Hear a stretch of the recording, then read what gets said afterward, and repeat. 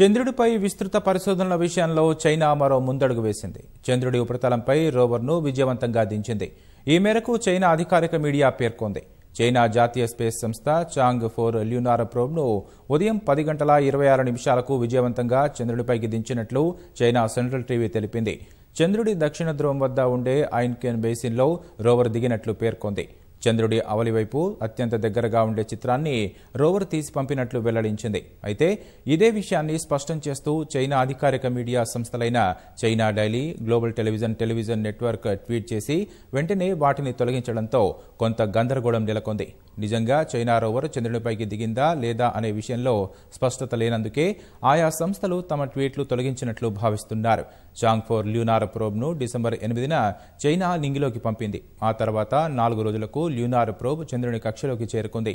ఇవాళ రోవర్ను చంద్రుడి ఉపరితలంపైకి దించినట్లు China central television పేర్కొంది. ఈ రోవర్ చంద్రుడిపై ఉండే అత్యల్ప గురుత్వాకర్షణ వాతావరణంపై అధ్యయనం చేయనుంది. చంద్రుడి ధృవాలు, అక్కడ నీరు వంటి అంశాలను పరీక్షించనుంది.